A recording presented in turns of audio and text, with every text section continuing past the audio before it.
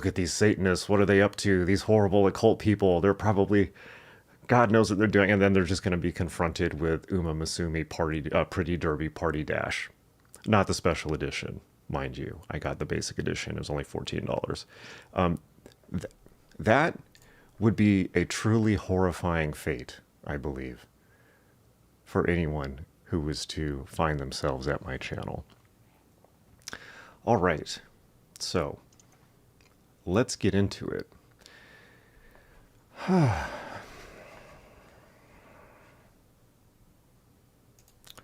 So this happened. This is very, very horrible. This shooter at a Catholic school in Minnesota. Minneapolis, excuse me. Minneapolis, Minnesota. So this individual was, I think is dead now, completely insane. Shot 2 children and a bunch of other people in a Catholic school. Completely insane. And as you can see, and I don't want to show this too much because he wrote all kinds of horrible stuff on it. But he covered his rifle in all kinds of horrible stuff. 6 million wasn't enough, he says. He hates everyone. He even hates the optic on his gun. As you can see, he wrote "fuck optics" on his gun. He hates Trump. He loves Timothy McVeigh. One of the disturbing things on this, and again, I apologize for having to show this, I really do, because I just want you to look at this. Okay, well, again, fuck, I'm sorry. Okay, I hope you can see there the 79419, and then plus 666, and then we'll make this go away.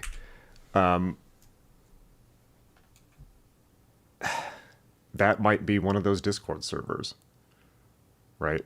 I mean, we've been talking about, I think that group is 769 or 764, whatever that group is called. It is the accelerationist group in the Discord servers. That's an Order of Nine Angles front.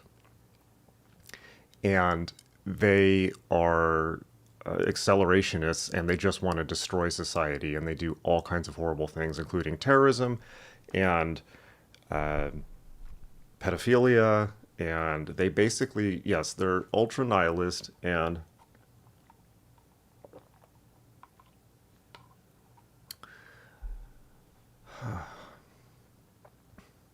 I don't know what to say, right? Like, that could easily be somebody from one of those servers. It seems like now that Temple has opened my eyes to this,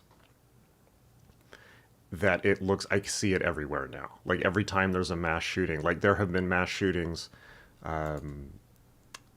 very similar to this, where the person was a member of that Discord. And this person's like all over the map. It's like they have conflicting messages. And again, I gotta make that go away. Of hatred of different groups all over their rifle, like Brett and Tarrant. But you know, it's like, what is it? Is it a Nazi thing? Is it an Islamist thing? I think it's just an accelerationist thing. So very, very disturbing. I think at some point, I hope at some point, the public at large, the normies, are going to start connecting the dots and figure out that these mass shooting events are not random. They are connected. They are probably all hanging out on the same chans or discords or telegrams or whatever it is, and just amping each other up, and there's all kinds of occult stuff involved. Horrible. But then again, we have Uma Musume Pretty Derby Party Dash to play.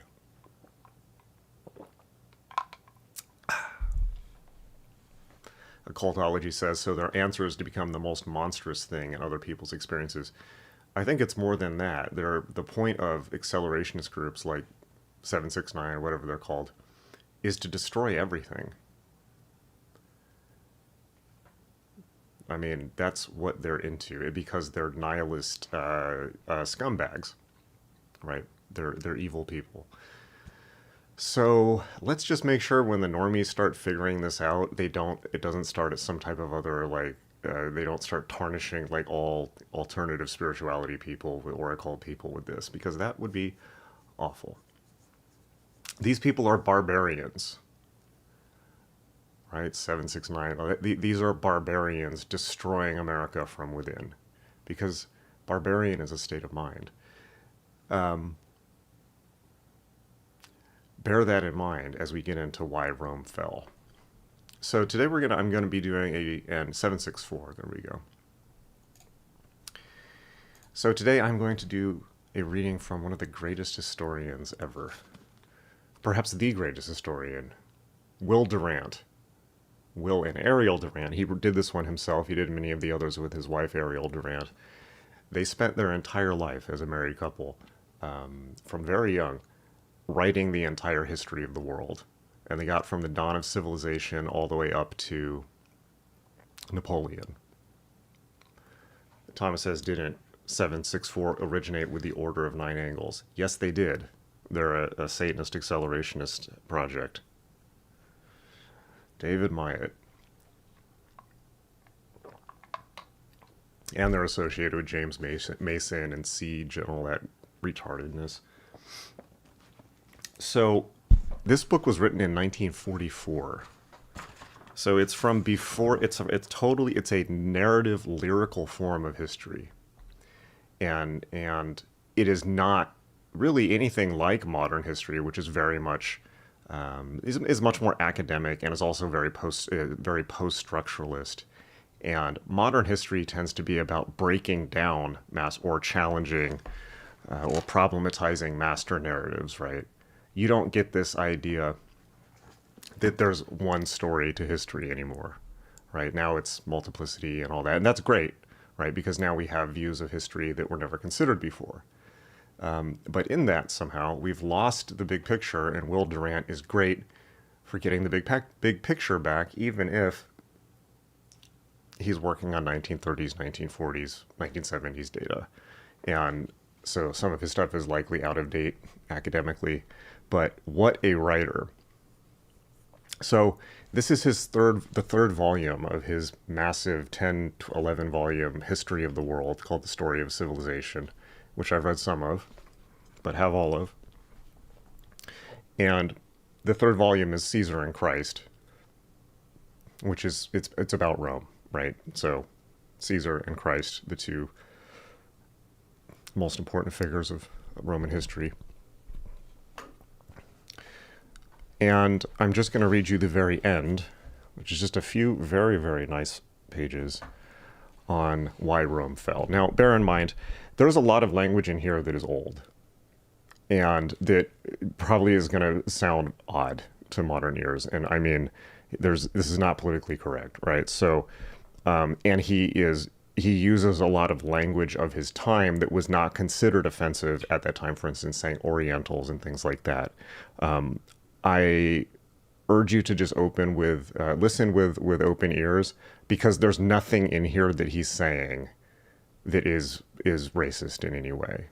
But because of the old-timey language, basically, it could be taken that way. So I'm either going to recontextualize a few things, or skip them if they're too much. But if they could be too easily misinterpreted. All right. The two greatest problems in history, says a brilliant scholar of our time, are how to account for the rise of Rome and how to account for her fall. We may come nearer to understanding them if we remember that the fall of Rome, like her rise, had not one cause but many, and was not an event but a process spread over 300 years. That's the thing. People always think the world is going to end and then it doesn't. The end of the world is a long process. You're just not seeing it because you're zoomed in too close. Or at this point, maybe you are seeing it. Some nations have not lasted as long as Rome fell. Yeah, America hasn't existed longer than the time it took Rome to fall. Rome to fall.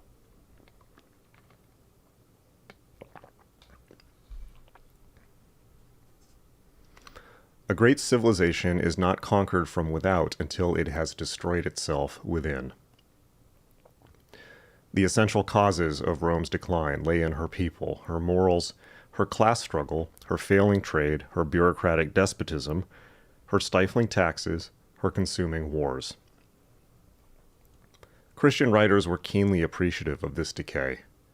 Tertullian, about 200, heralded with pleasure the ipsa clausia seculi, literally the fin de siècle or end of an era, as probably a prelude to the destruction of the pagan world. Cyprian, towards 250, answering the charge that Christians were the source of the empire's misfortunes, attributed these to natural causes. You must know that the world has grown old and does not remain in its former vigor. It bears witness to its own decline. The rainfall and the sun's warmth are both diminishing.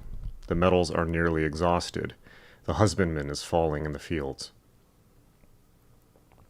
Barbarian inroads and centuries of mining the richer veins had doubtless lowered Rome's supply of the precious metals.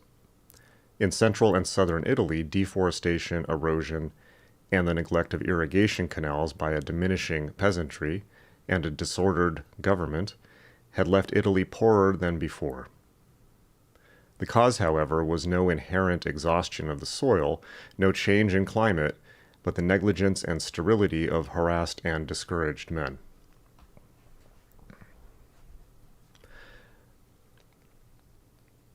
Biological factors were more fundamental. A serious decline of population appears in the West after Hadrian. It has been questioned, but the mass importation of barbarians into the empire by Aurelius, Valentinian, Aurelian, Probus, and Constantine leaves little room for doubt. Aurelius, to replenish his army, enrolled slaves, gladiators, policemen, criminals. Either the crisis was greater or the free population less than before, and the slave population had certainly fallen. So many farms had been abandoned, above all in Italy, that Pertinax offered them gratis to anyone who would till them. A law of Septimus Severus speaks of a penuria hominum, or probably nuria hominum, a shortage of men. In Greece, the depopulation had been going on for centuries. In Alexandria, which had boasted of its numbers, Bishop Dionysius calculated that the population had in his time, 250, been halved.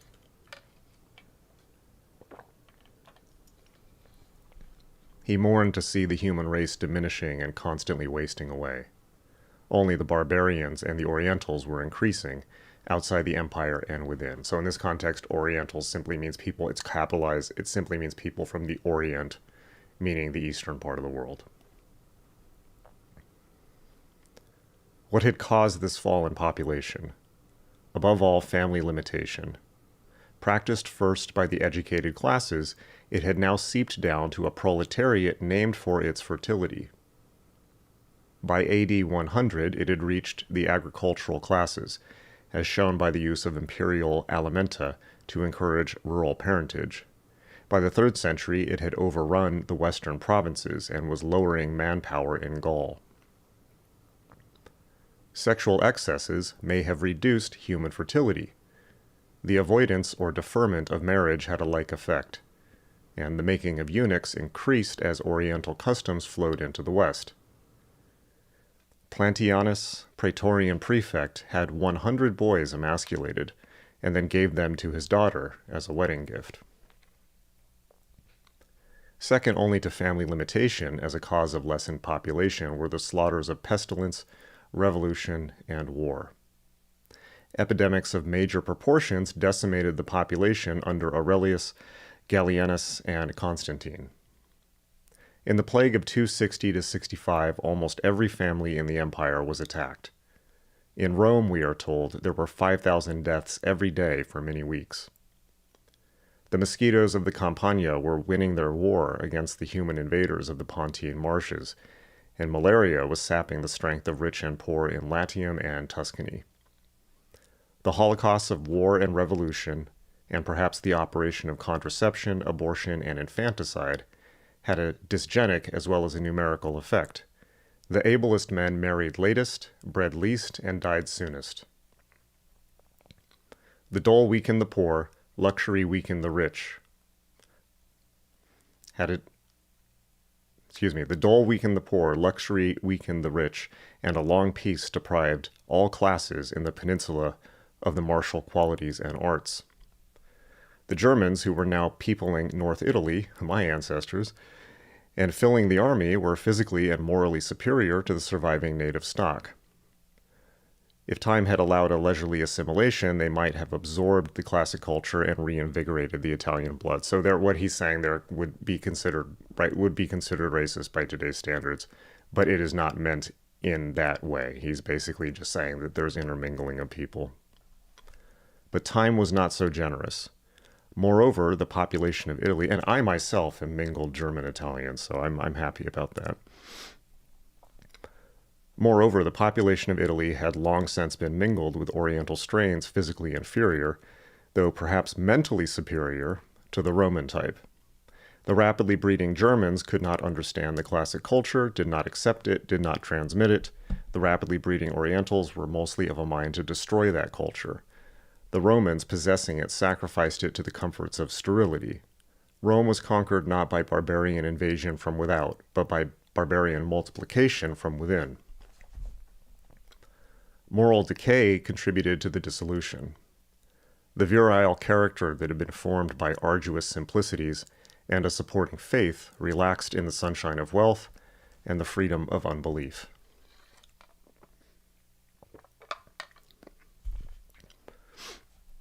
Men had now, in the middle and upper classes, the means to yield to temptation and only expediency to restrain them.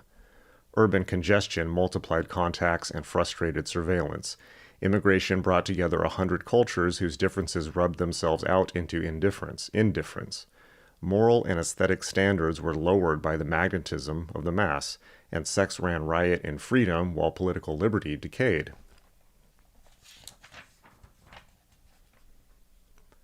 The greatest of historians held that Christianity was the chief cause of Rome's fall.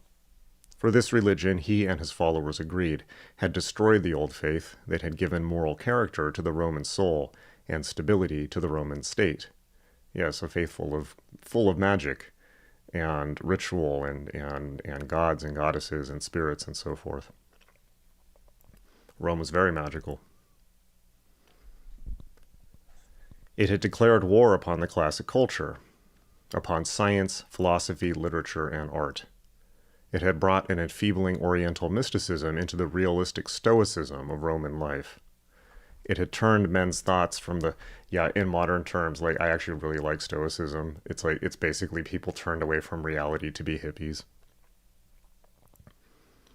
It had turned men's thoughts from the tasks of this world to an enervating preparation for some cosmic catastrophe, and had lured them into seeking individual salvation through asceticism and prayer, rather than collective salvation through devotion to the state. It had disrupted the unity of the empire while soldier empires were struggling to preserve it. It had discouraged its adherents from holding office or rendering military service. It had preached an ethic of non-resistance and peace when the survival of the empire had demanded a will to war. Christ's victory had been Rome's death. There is some truth in this hard indictment. Christianity unwillingly shared in the chaos of creeds that helped produce that medley of mores which moderately contributed to Rome's collapse. But the growth of Christianity was more an effect than a cause of Rome's decay. The breakup of the old religion had begun long before Christ. There were more vigorous attacks upon it in Ennius and Lucretius than in any pagan author after them. Moral disintegration had begun with the Roman conquest of Greece, and had culminated under Nero. Thereafter, Roman morals improved, and the ethical influence of Christianity upon Roman life was largely a wholesome one. It was because Rome was already dying that Christianity grew so rapidly. Men lost faith in the state, not because Christianity held them aloof, but because the state defended wealth against poverty, fought to capture slaves, taxed toil to support luxury, and failed to protect its people from famine, pestilence, invasion, and destitution. Forgivably, they turned from Caesar preaching war to Christ preaching peace, from incredible brutality to unprecedented charity, from a life without hope or dignity to a faith that consoled their poverty and honored their humanity. Rome was not destroyed by Christianity any more than by barbarian invasion. It was an empty shell when Christianity rose to influence and invasion came. The economic causes of Rome's decline have already been stated as prerequisite to the understanding of Diocletian's reforms. They need only a reminding summary here. The precarious dependence upon provincial grains, the collapse of the slave supply and the latifundia, the deterioration of transport and the perils of trade, the loss of provincial markets to provincial competition, the inability of Italian industry to export the equivalent of Italian imports, and the consequent drain of precious metals to the east, the destructive war between rich and poor, the rising cost of armies, doles, public works, an expanding bureaucracy, and a parasitic court, the depreciation of the currency, the discouragement of ability, and the absorption of investment capital by confiscatory taxation, the emigration of capital and labor, the straitjacket of serfdom placed upon agriculture, and of caste forced upon industry. All these conspired to sap the material basis of Italian life, until at last the power of Rome was a political ghost surviving its economic death. The political causes of decay were rooted in one fact, that increasing despotism destroyed the citizen's civic sense and dried up statesmanship at its source. Powerless to express his political will except by violence, the Roman lost interest in government and became absorbed in his business, his amusements, his legion, or his individual salvation. Patriotism and the pagan religion had bound together, and now together decayed. The Senate, losing ever more of its power and prestige after Pertinax, relapsed into indolence, subservience, or venality. And the last barrier fell that might have saved the state from militarism and anarchy.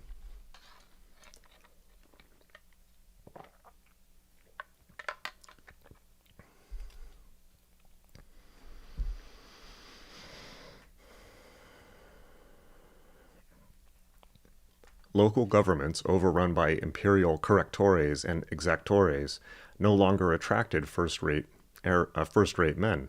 The responsibility of municipal officials for the tax quotas of their areas, the rising expense of their unpaid honors, the fees, liturgies, benefactions, and games expected of them, the dangers incident to invasion and class war, led to a flight from office corresponding to the flight from taxes, factories, and farms. Men deliberately made themselves ineligible by debasing their social category. Some fled to other towns, some became farmers, some monks. In 313, Constantine extended to the Christian clergy that exemption from municipal office and from several taxes which pagan priests had traditionally enjoyed. The church was soon swamped with candidates for ordination, and cities complained of losses in revenue and senators. In the end, Constantine was compelled to rule that no man eligible for a municipal position should be admitted to the priesthood. The imperial police pursued fugitives from political honors, as it hunted evaders of taxes or conscription. It brought them back to the cities and forced them to serve. Finally, it decreed that a son must inherit the social status of his father, and must accept election if eligible to it by his rank. A serfdom of office rounded out the prison of economic caste.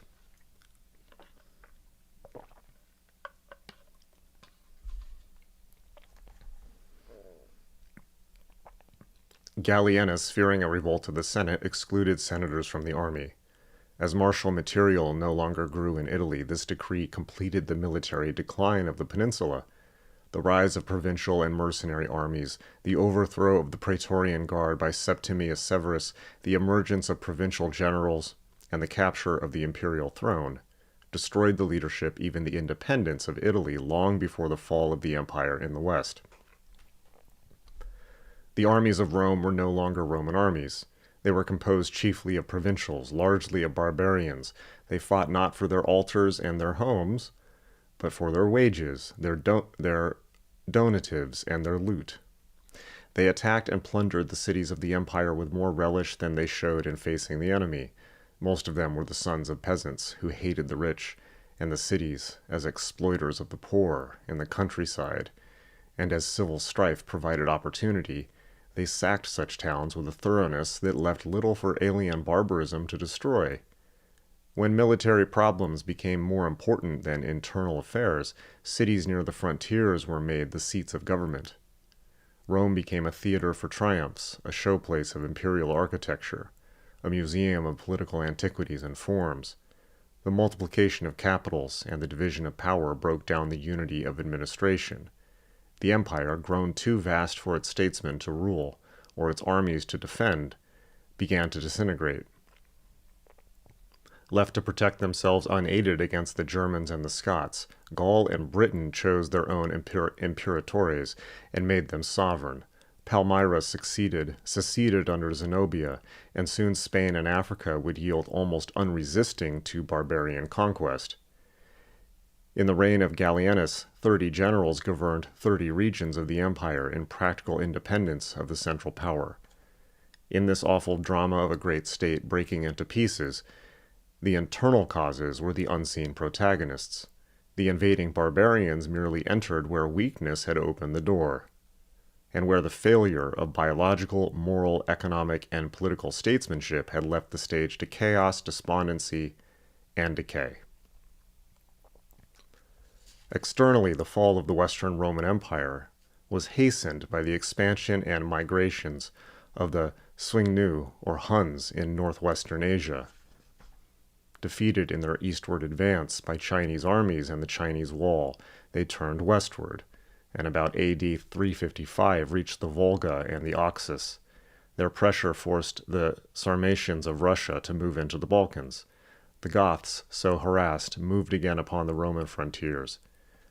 They were admitted across the Danube to settle in Moesia, 376. Maltreated there by Roman officials, they revolted, defeated a large Roman army at Adrianople, 378, and for a time threatened Constantinople. In 400, Alaric led the Visigoths over the Alps into Italy, and in 410 they took and sacked Rome. That was me. That was my ancestors. In 426, Gaiseric led the Vandals to the conquest of Spain and Africa, and in 455 they took and sacked Rome. In 451, Attila led the Huns in an attack upon Gaul and Italy. He was defeated at Chalons, but overran Lombardy. In 472, a Pannonian general, Orestes, made his son emperor under the name of Romulus Augustulus. 4 years later, the barbarian mercenaries who dominated the Roman army, deposed this little Augustus and named their leader Odoacer, king of Italy. Odoacer recognized the supremacy of the Roman emperor at Constantinople and was accepted by him as a vassal king. The Roman Empire in the east would go on until 1453, when it was destroyed by Islam. In the west, it had come to an end. And there you have it. That is how Rome fell. So, question for the chat, and of course, mind your manners now. Can you see parallels there between then and now? I'm not saying America's falling, by the way, because I don't think that it is. But I think that, shall we say, Western civilization as a whole is going through some changes and is having a bit of an identity crisis and is certainly morally weak.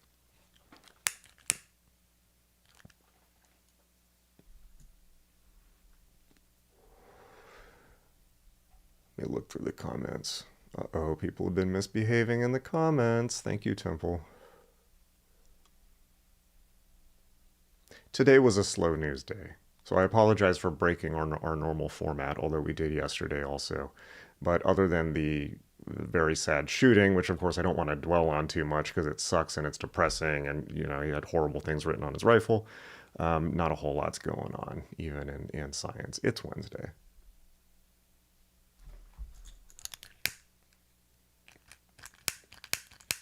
At least in terms of things that relate to this channel. there's obviously a lot going on, but you don't want to hear me talk about like trade policy or Trump or anything like that. All right.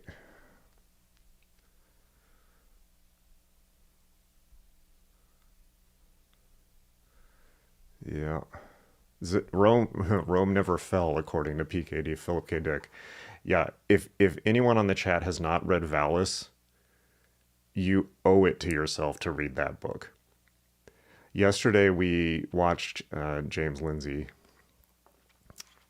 do his spiel, his nonsensical anti-Gnostic spiel about the Gnostic parasite. Now, hilariously enough, Philip K. Dick in Valis talks about, I think he actually he describes either Gnosis, or I don't think it's Gnosis, it's like part of the Archons as a parasite. And the Archons themselves are parasites in the actual Gnostic texts, right? So when again, it's another example of him saying 180 degrees of the truth.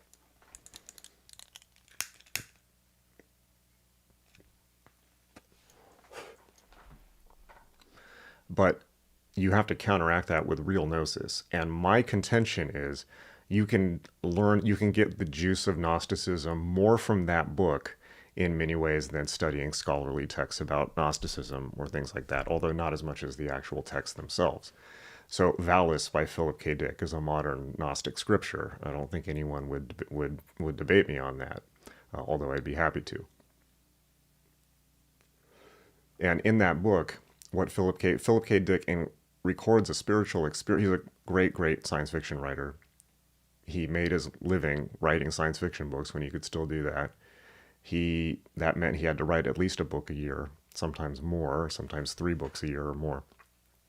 And that meant that he really liked speed. And because he was a tweaker basically in California, because it was his late 60s, early 70s, lots of his friends died from drugs. He wrote the book A Scanner Darkly about that. But he also had like a psychotic break or something that he decided was a Gnostic experience. And he wrote 1,000 pages of it down, which is now published is now fully published as the exegesis of Philip K. Dick. But he distilled that into Valis, which is a masterpiece of literature in the English language. And by far, one of the best, I would say, Gnostic texts or Gnostic stories, right? It's like The Matrix has nothing on Valis, although it's very similar. So what he says in that book is what the experience is that there's a satellite named Valis that is orbiting the planet, which is an emanation of Christ from the healthy universe that is trying to enter our universe, which is a sick universe, in order to heal it and wake it up. Okay, so the pink laser that satellite Valis beams a pink laser into the middle of Philip K. Dick's forehead in his experience. He writes down all the information, and what the pink laser tells him is that we're still living in Rome in 71 AD. It's actually 71 AD. True story. And the crucifixion and resurrection have already happened, which means that because Christ has come, the millennium is here, and the salvation, the salvation that he promised is happening. However, in order to distract people from this, the Roman Empire has created a virtual reality, our reality, in order to keep us asleep to the fact that the resurrection has already occurred, and that therefore the good news of salvation is at hand in a real way. And it only gets weirder from there. Definitely read that book. I mean, it's as good of a theory as any.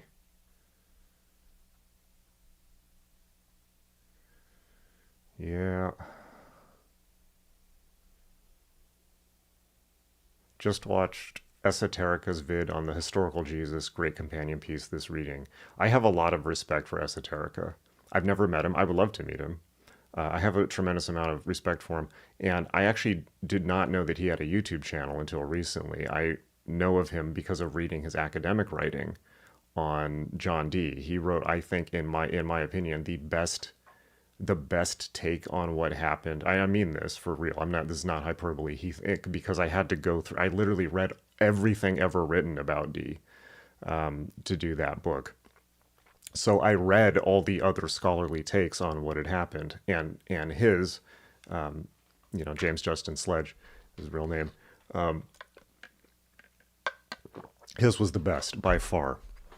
You can get it on JSTOR. It's called Between Leogeth and Cozening, and it is a phenomenal a scholarly breakdown, not just of Dee and Kelly, but of what's happening during magical and mystical experiences and revelations as well, in many cases, which is that they're almost, in his opinion, like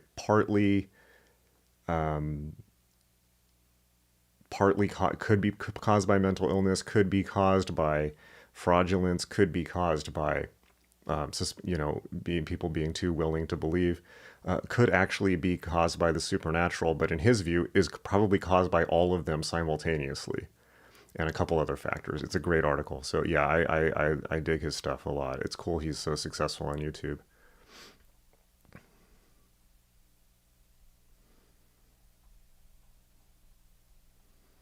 Wow, lots of retracted messages.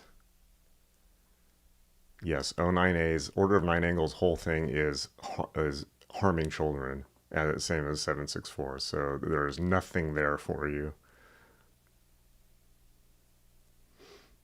I'm hearing all four chaos gods in the last four sentences, like Warhammer 40K.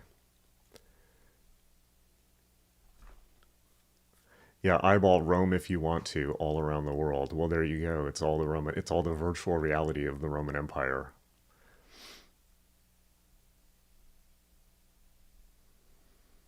People are getting into the history of it.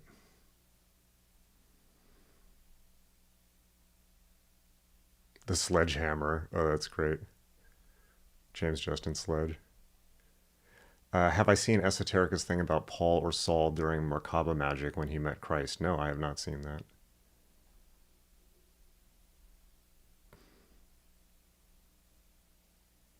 The pink laser was allegedly a reflection off the Vesica Pisces necklace a door-to-door missionary was wearing on her neck. Yes, yes.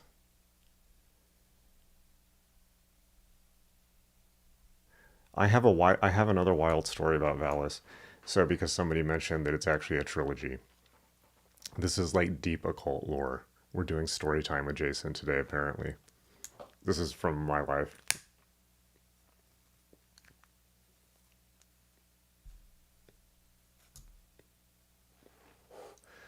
I could go and get this from the other room, but I won't. I won't do that. So, Valis was a trilogy. There was Valis. It was followed by the Divine Invasion, which is also amazing. And then the final book is called The Transmigration of Timothy Archer. The Transmigration of Timothy Archer is a fictionalized version of the death of Bishop Pike.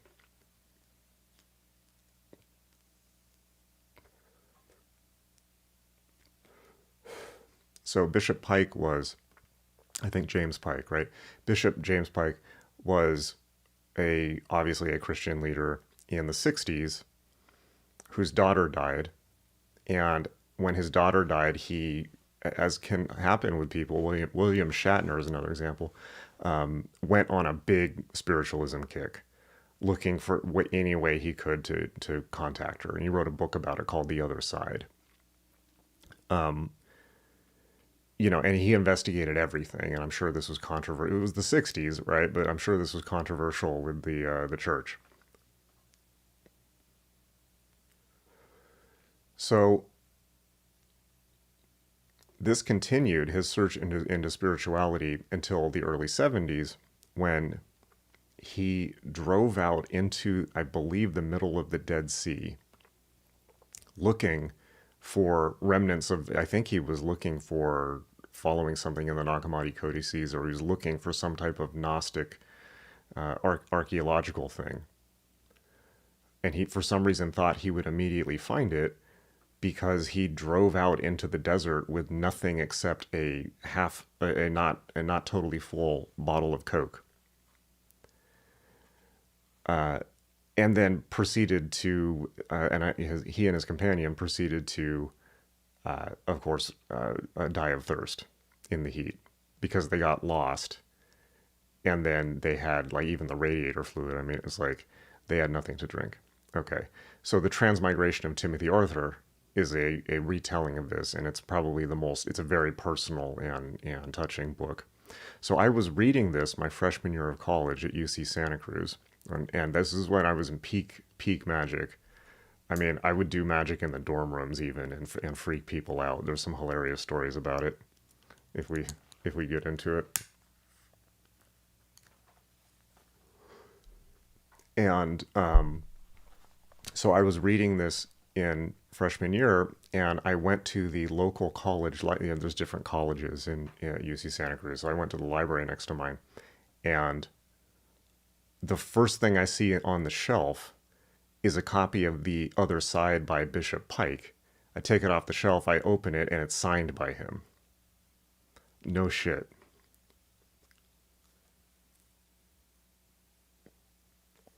Like while reading the book. I may or may not still have that book. It was meant for me. But yeah. Oh man. So yeah, dorm room magic stories. It's Wednesday. It's a slow news day. We do have a format. I promise we're going to be holding to it. It's that type of day today. Doing magic in the dorm rooms. Hilarious stories from Jason's life. So I got into magic in high school. And I was already practicing chaos magic and ritual magic and all of that, and experimenting with NLP and voodoo and all of these things. And by the time I got to college, and so my college dorm room was hilarious because on one side, we had my roommate who who was from Iran. His family had fled from Iran during the revolution. And he told me a lot about the conditions over there.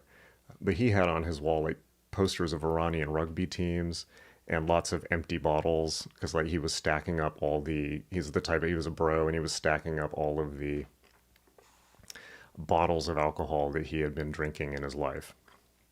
Or in his life, I'm stoned, sorry. It was freshman year of college, so he was lining up all the bottles of like alcohol that he was drinking while partying during freshman year. So, and then on my side, there was like a Joy Division poster and like stacks of occult books. And it was interesting. So I decided to, for whatever reason, halfway through the year, I decided to build a chaos servitor in my room. And the way that I did it, I enchanted it and all that. But the way that I did it is, I had this was like the year 2000. Okay. So I had a CD changer, if you remember those, in the closet. And on top of it, I basically, by hanging things off of the clothes bar, I went to Goodwill and got a bunch of clothes for like a couple dollars, because student money, no money, and they were my clothes that I was wearing anyways. So, and I built basically a gargoyle out of clothing that was a stuffed shirt that looked like that had wings coming out of its back, that were like white, made from white sheets. And his head was a rolled up it was very disturbing, actually. His head was a rolled up towel with two pinned on condoms for eyes and my belt tied around it so that it was like a nose. And so it looked like this winged gas mask or winged elephant creature. And it was actually very imposing and sinister.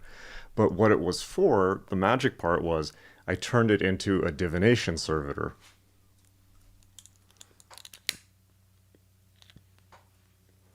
Using, standard chaos magic and all that. It's not hard to find out how to do that. Magic.me, my school for magic meditation and mysticism. Jason Louv, the early years, the miscreant years. So as a divination, what we would do for the divination part is we would ask this. So the creature's name was Hubert, Hughbert.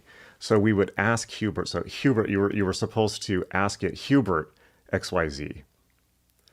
What, and then people would ask questions, and then they would hit shuffle on the CD changer, and whatever track came up would have the answer in it, and it worked like every time.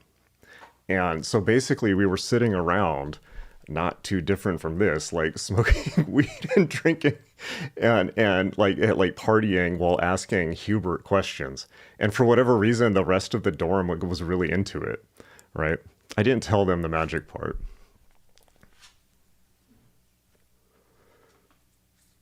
So here's the funniest part. We had a super Christian girl on the floor, and like a narc mode, right? I forget what her story was.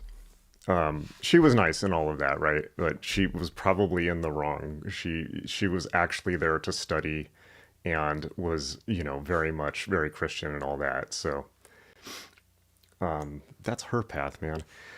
So she was freaked out by this, as you might imagine, because it's sorcery and all of that. Hold on.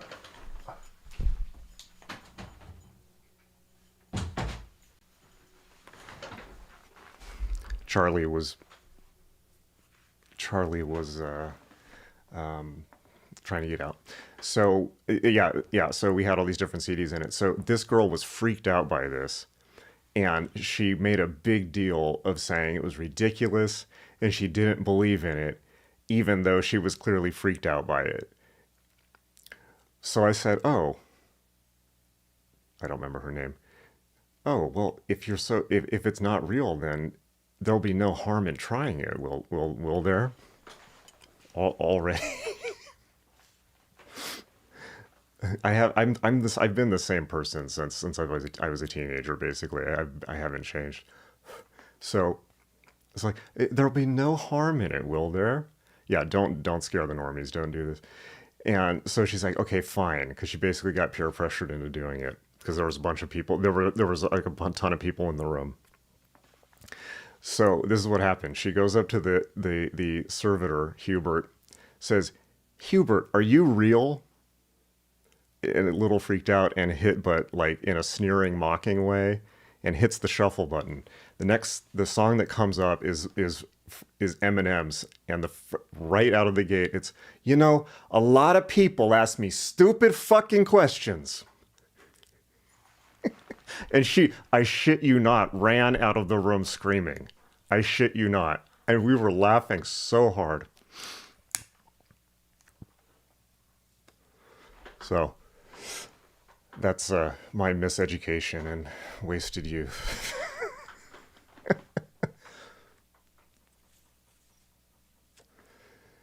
Yeah. I should probably get off stream before God knows. All right. Let's see. Any other questions? Do you remember which CDs made up the mind body of Hubert the Laundry Servitor? There was definitely, obviously, an Eminem album, but it was like, I think there was like Outcast, Stankonia, right? There was 40 Ounces to Freedom by Sublime. And what else? Common, I think, was really popular back at that point in Northern California. So there you have it. All right. Like and subscribe, everyone. And we will be back on stream tomorrow with more structure. I promise. 7:30. But for those of you who are members, remember, shortly after I walk the dogs, we're playing anime horse waifus. Here's a question for the audience, actually. Should I leave a public anime horse waifus video up on the channel? Like, I could do it publicly, right? I basically, what I've been doing is been doing the public streams with you guys, and you guys are interacting on the Discord. It's great. We love seeing your comments. We really do. The Discord is really fun. You know, it's like I get to play anime horse waifus. It's wonderful. Magic Meme Discord. If you're not on it, you should definitely be on it because it is hilarious. So what I've been doing is playing the stream with you guys and then archiving them as members only, but doing them publicly just so more people come on the stream. So what do you think? Should we publicly stream anime horse waifus and leave it on the channel so when people show up looking for all the secrets of magic, they're greeted by that or not? I don't know. Like and subscribe, join the Discord, support the channel. It's not too late to get in on some anime horse waifus. If you subscribe, even at the lowest level, to be a supporter of this channel, you get to watch Well, wait, no, we're streaming it publicly, I think. But if we do it privately, I'm still waiting to see. Yes, so people are saying I should do it publicly. Okay, so follow-up games will be private for members only. But you should definitely subscribe and support the channel because we work overtime for you guys. So, with that said, have a wonderful rest of your week.